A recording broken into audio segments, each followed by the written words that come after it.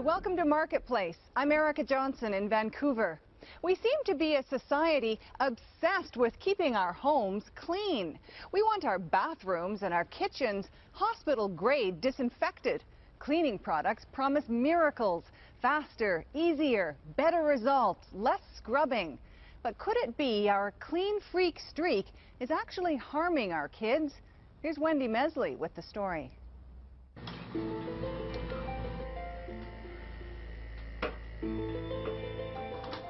Sean Ellis is hunting for something. Something in this house that's invisible. In the air, maybe. It could be the house, we're not sure. Something that could explain why this family keeps getting sick. In the past year, I found that I was getting really stuffed up and I developed bronchitis. It doesn't seem to be getting better, it just seems to be getting worse. So I want to try and find out what's going on. Amanda Saul has severe respiratory problems. 5 weeks ago, she was rushed to the hospital because she couldn't breathe. I called Sean because I was having a lot of problems breathing-wise, and I wasn't sure if it had to do with the house, with the molds and stuff, or if it had to do with the air quality of the house, or maybe even our cleaning products. Her oldest son, Kieran, is 3 years old. Like so many kids these days, he suffers from allergies, eczema, and recently, asthma. It's my oldest that I'm concerned about because he has asthma, so anything could trigger that. So Amanda turned to Ellis, a toxicologist who's begun marketing his services to anxious homeowners. Sean tests the air in people's homes, looking to see how many chemicals or other particulate matter may be floating there. There's a growing concern about the connection between people's health and their indoor environments. Sean tests for all kinds of things: mold, moisture, and more, he's testing for chemicals. Some of my clients using cleaners, especially if it's a combination of cleaners, can actually make them dizzy or have headaches. What he's talking about are cleaning products, like the ones Amanda and her husband use every day. Many of them contain chemicals. I think the majority of the awareness of cleaning products in people's homes are that a cleaning product is natural and safe. I don't think people consider cleaning products chemicals. And this young family likes their cleaners as much as anyone else. It is very seductive to try and get the best cleaning product out there that will actually do the job. Open wide. In your mouth, not on the floor. Speaking of seductive, check out the advertising. The Come On to Parents is full of babies and young children looking adorable and oh so vulnerable. It's a parent's job to keep them free from germs. So, say the ads, spray that change table with Lysol, clean that high chair with disinfecting wipes, and don't forget to mop those floors before putting baby down to play. Last year, Canadians spent over $275 million on household cleaning products. They're appealing to the fear of danger for their children and the desire to keep them safe. Lysol spray kills 99.9% of germs. Kathy Cooper is a senior researcher with the Canadian Environmental Law Association. What do you think when you see that? I find it very troubling that those kinds of chemicals are being sprayed in a child's crib. I think it's unnecessary, and I worry about the long-term toxicity. Cooper says there's a lot we don't know about the chemicals in our cleaners because companies are not required to tell us. For cleaning products in particular, the only thing the label will tell you is that issue of, is it seriously toxic? If you swallow it. If you swallow it or get in your eye. Or, you know, will the container blow up or whatever if you puncture it. But you don't have any information about chronic toxicity, long-term toxicity. In Vancouver, Larry Stoffman is an international expert on chemical hazards information. We're talking about children that are exposed to these products in the home, and they're exposed to these products on a 24-hour-a-day basis. We're also talking about hazardous ingredients that can have effects at very tiny levels of exposure. You never know, and you're never sure, what level is a safe level, and that assumption shouldn't be made. Ever look at the label of your favorite floor cleaner or furniture polish? There's not much on it. That's because companies are protected by trade secrets. If you do find an ingredient, it's there because it could blow up or poison you. Many other chemicals are not even listed. If you had the kind of labeling laws, for instance, they have in Europe, where it would tell you that this product contains something that may cause cancer, for example, and another similar product that does the same job doesn't, you might not buy the product that contains the carcinogen. If you didn't, then the market would determine what manufacturers put in their products. We're basically conducting an enormous experiment on our children and our children's children. Sean Ellis is testing the air in parts of the house where cleaners are stored. He's measuring volatile organic compounds, or VOCs. His meter does not tell you how strong or harmful the chemical particles might be. All it does is provide clues as to how many particles there are. You can always smell those cleaners even though they're all tightly sealed. Sure enough, everywhere the cleaning products are kept, the readings jump. We asked Sean to test 3 of the products we saw in the commercials. The average home normally reads about 50 parts per billion. Let's see what happens with the pledge, 273 parts per billion. According to Sean, anything over 500 could be a problem for sensitive people. What about Clorox wipes? So again, a simple wipe, and the levels jump up from the hundreds into the thousands here. And finally, the Lysol disinfecting spray. We're now in the parts per million as opposed to the parts per billion. So you're looking at about 12,000. That's about 1,000 times higher than the Clorox. I'm cleaning the counters, but am I doing something opposite where I'm affecting my kids' respiratory problems? We live in an increasingly chemical society. Experts don't know how dangerous these chemicals might be, but they are starting to worry. Dr. Gideon Corin is a pediatrician at the Hospital for Sick Children in Toronto. How can we, as one of the most advanced countries in the world, allow these to enter our household for small children without the appropriate testing to see that it's safe? Dr. Corin says young children are especially vulnerable, partly because of exposure. Everything goes into their mouths, and they virtually live on the floor. But also, young kids are more sensitive because they're still developing the basic body systems, the brain, the internal organs, the respiratory and immune systems. Even the reproductive system is not fully developed until adolescence. We got a call just last week from a supervisor in a daycare center. They said, well, we've been using some different cleaning chemicals in our daycare, and suddenly not only the staff but the children are complaining of problems, and they wanted to know what was in the cleaning products. There are no resources in this country for people like that to turn to. What is this? Dr. Corin and a researcher are conducting a study. They're looking at the babies of mothers who were exposed to chemical solvents in the workplace. This mother worked in the packaging area of a chemical plant that produces pesticides and fertilizers for commercial use. Baby Jenna is having her vision tested. We don't know her results yet, but research on other kids is in. So you're finding that vision is affected in some of these fetuses, babies. What does that indicate? What does that mean? Well, of course, vision is one of the functions of the human brain. So it means that these chemicals find themselves through mom, through the umbilical cord, into the baby, into the developing brain, and damaging functions there. And the baby is born already with a problem. Jenna's mom was at least warned she was working with toxic chemicals. Manufacturers are obliged to release toxicology data in the workplace. When these same chemicals are used in the home, the exposure is lower, but no one knows what effect they may have, and there's no obligation to inform us. Dr. Corin isn't the only specialist to be increasingly concerned about what living in such a chemical society might be doing to our kids. Respiratory illness is the leading cause of admission to hospital for children. Childhood asthma has jumped 400% over the last 20 years. And after injuries, cancer is now the leading cause of death among children aged 5 to 9. There's increasing evidence of links between those kinds of chronic health effects in children and a certain range of chemicals in our environment. Can you smell? Yeah. So we went to see a chemist, Dr. Virginia Solaris. She's an indoor air quality expert. And we asked her, what's in some of these products being marketed to young families? This is one product we're looking at, Lysol antibacterial action. It does actually list ingredients, ethanol, 79%, And not just any ethanol, says Solaris, it's denatured ethanol. She's put together a book for us full of data sheets which lists the hazards of specific chemicals in the workplace. Again, there's nothing like this available on the effect of these chemicals when used in the home.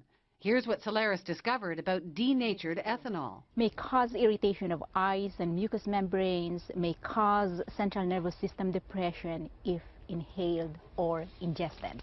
So, we now know everything that's in the Lysol, do you think? No, there's more? Yep, says Solaris. There's also alkyl dimethyl benzyl ammonium chloride.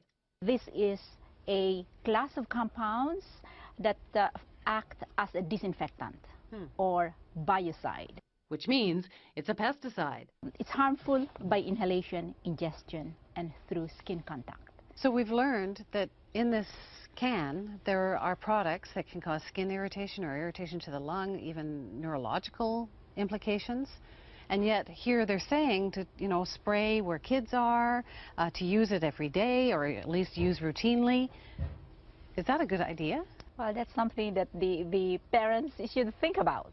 Do they want to spray the air that people are breathing, or the kids, the toys or surfaces that the children are touching? Do they want them sprayed? Okay, now this is Clorox disinfecting wipes.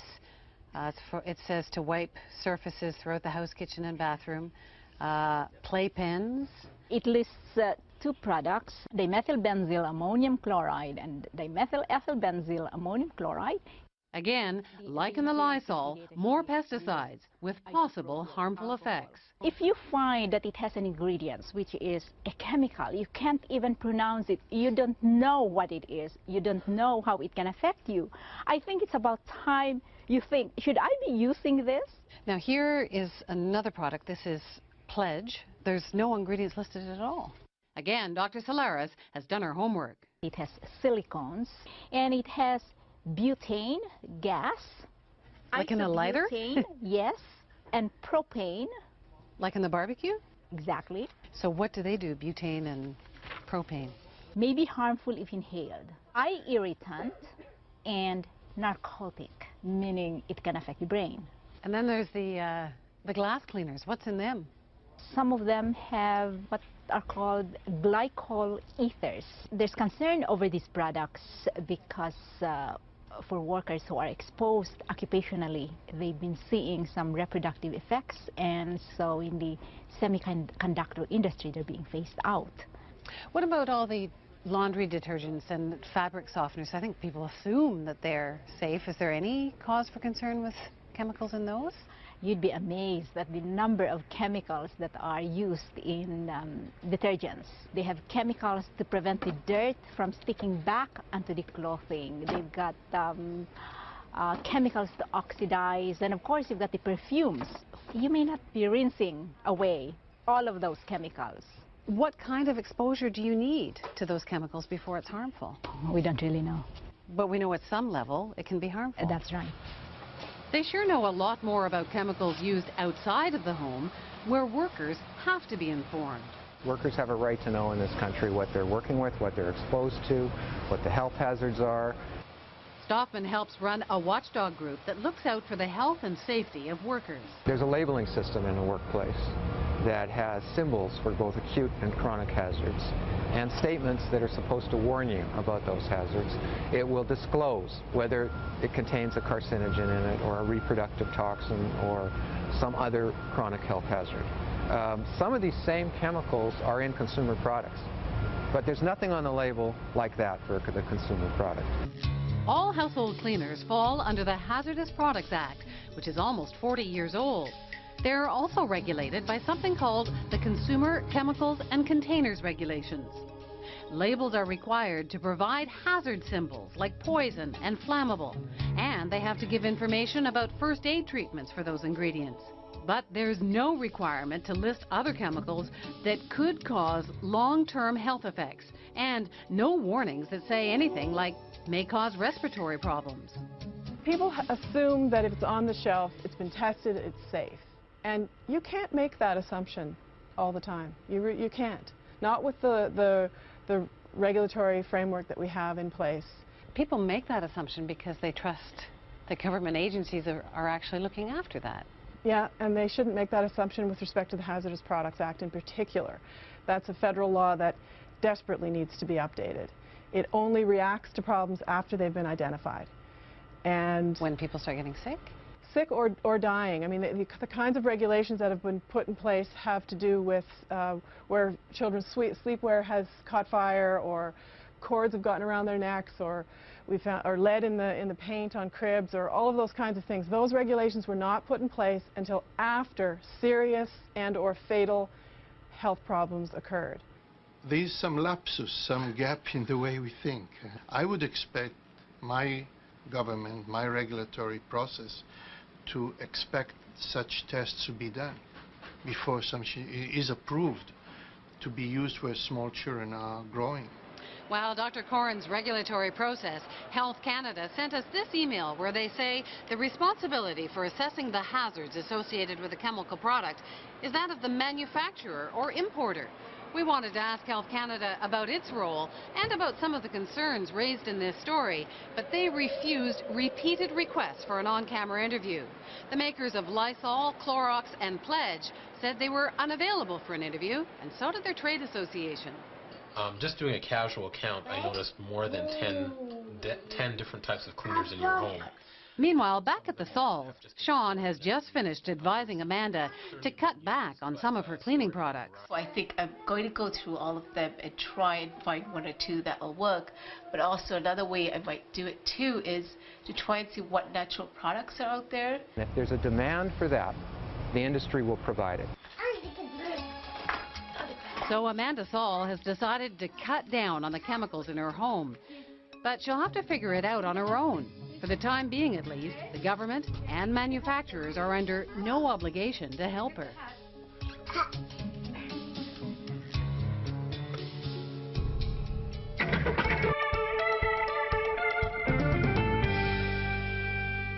And that's our show for this week. For Wendy Mesley and everyone at Marketplace, thanks a lot for joining us. I'm Erica Johnson in Vancouver. See you next week.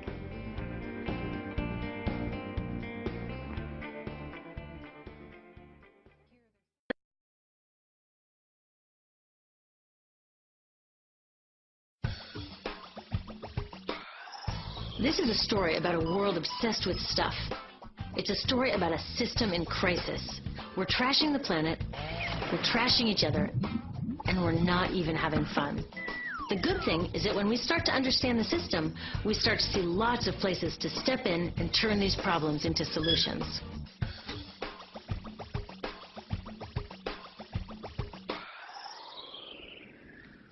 Can I tell you, I love my Pantene Pro V. Of the dozen or so personal care products that I use every day, it's the one I can't live without. It says it gives my dull hair the ultimate cool shine. How does it do that? I was wondering that while I was lathering it in my hair one day, so I read the ingredients right here. Sodium lauryl sulfate, tetrasodium EDTA, methyl isothiazolinone. What is this stuff? I took this list to some scientists who know how to read it.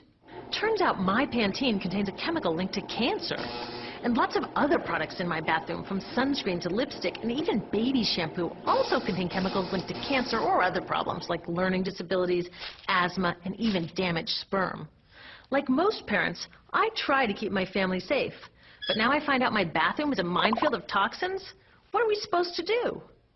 To find out the answers, we have to go back to one of the key features of our materials economy: toxics in, toxics out. If, at the factory, you pour toxic chemicals into a product, like baby shampoo, you're going to wind up with toxic baby shampoo, and toxics in workers, communities, and, babies. So let's take a closer look at this toxic outrage where it seeps into our lives every day, in the bathroom. The average woman in the U.S. uses about 12 personal care products daily. The average man about 6. Each product containing a dozen or more chemicals. Less than 20% of chemicals in cosmetics have been assessed for safety by the industry's safety panel, so we just don't know what they do to us when we use them. Would you fly on an airline that only inspects 20% of its planes? Of course, not all of these chemicals are dangerous, but we know that many are. Some are carcinogens. That means that they can cause cancer. Others are neurotoxins and reproductive toxins, proven to mess up brain development and reproduction in animals. Wait a minute. We're animals too. It's like a giant experiment. We're using all these mystery chemicals and just waiting to see what happens. One thing we do know is that they're getting inside us. I had my body's toxicity levels tested, and I'm loaded with things like mercury, flame retardants, triclosan, and lead. We all are. Even babies are being born pre-polluted. Now, I know we can't live in a lead-free world, but do we have to put lead in our lipstick? I don't know. Maybe it's my fault. Maybe I just bought the wrong thing. At the store, the choices seem endless. I can get lipstick in 49 shades, or shampoo for hair that's too dry, oily, fine, limp, or frizzy.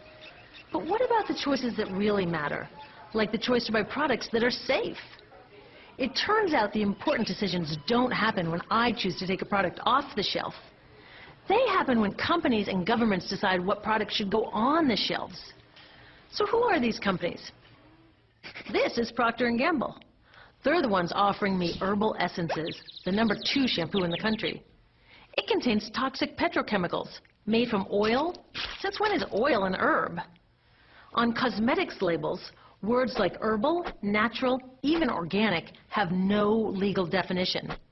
That means that anybody can put anything in a bottle and call it natural, and they do.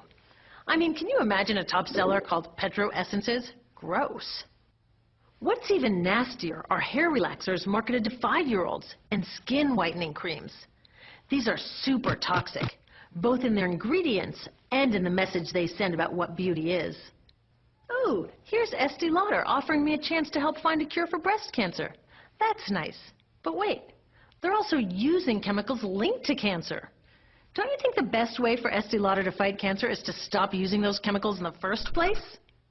So really, I get to choose between meaningless claims on a bottle.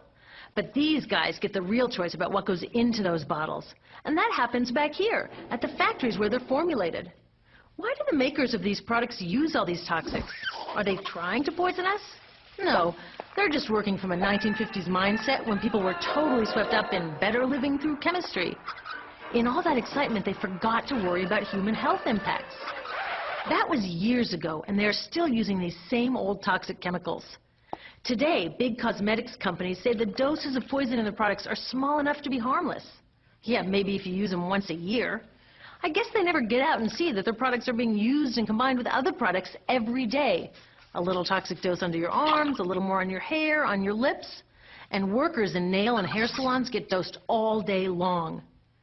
So the industry is used to doing things this way. And they can.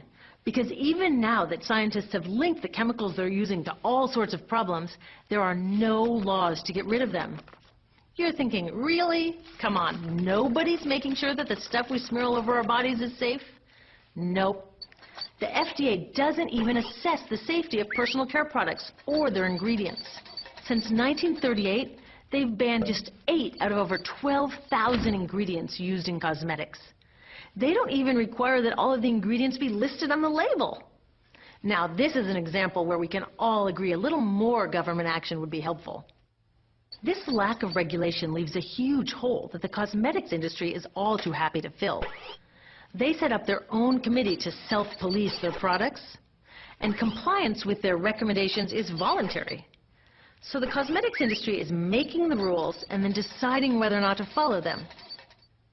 So you see, it isn't our fault that these toxic products are in our bathrooms. It's a whole broken system that's ignoring the simple rule: toxics in, toxics out. But we're not helpless. There are resources online that we can use to protect ourselves by identifying the best possible choices in the store. But the real action is with people working to change the system. Because if we really want to solve this problem, we got to start here with these guys. Women, parents, workers, people all over the country are demanding that Congress pass a new law, giving FDA the power to make sure that our personal care products are safe. We need common sense laws based on the precautionary principle. That means that when you're dealing with hazardous chemicals, just err on the side of caution. Let's not debate how much lead should be allowed in lipstick. Just get the toxic chemicals out of our products. Smarter laws would force companies to get past that old 50s mindset and figure out how to get us all clean and shiny without toxic chemicals. Can they? Totally. Many responsible cosmetics companies are already putting safer products on the market. Green chemists are developing substances that are designed to be safe and non-toxic in the first place.